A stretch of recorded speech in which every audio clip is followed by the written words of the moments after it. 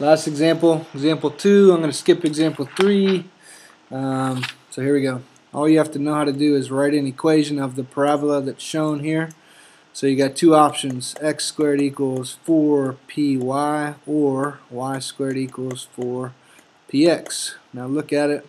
It's going up or down. You should know that you choose this one. So directrix is here. So if you want to find the equation, basically all you have to do is find out what p is. But to find out what p is, you have to know what p stands for. P is a distance between the vertex and the directrix, or the distance between the vertex and the focus, which should be up here. So 1, 2, 3 blocks, 1, 2, focus should be right here.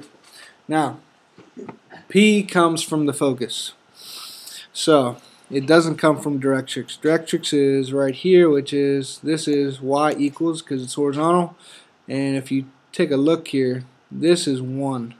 Right? Every block is a half.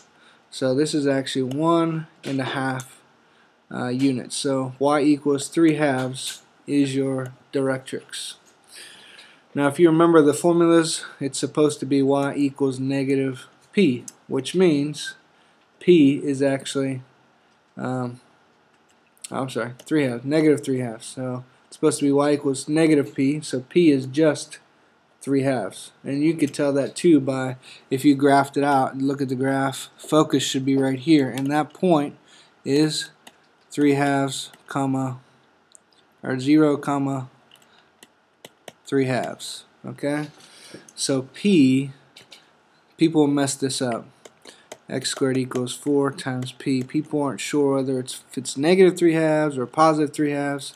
The p comes from the focus, which is positive 3/2. So put a 3/2 here for p. And you got y here, which means if you multiply out, x squared equals 4 times 3/2 is 4/1. So 2 times 3 is 6. Y, that's all that's to this problem right here. Just find out what p is from your equation here, or from your graph.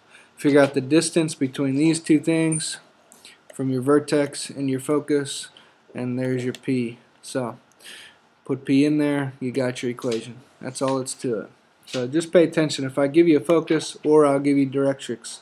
In this case I gave you directrix first, which then we went back and got our focus from. Or I'll give you focus and then you go back to directrix, whatever it is. So there you go. This is how you find an equation of the parabola.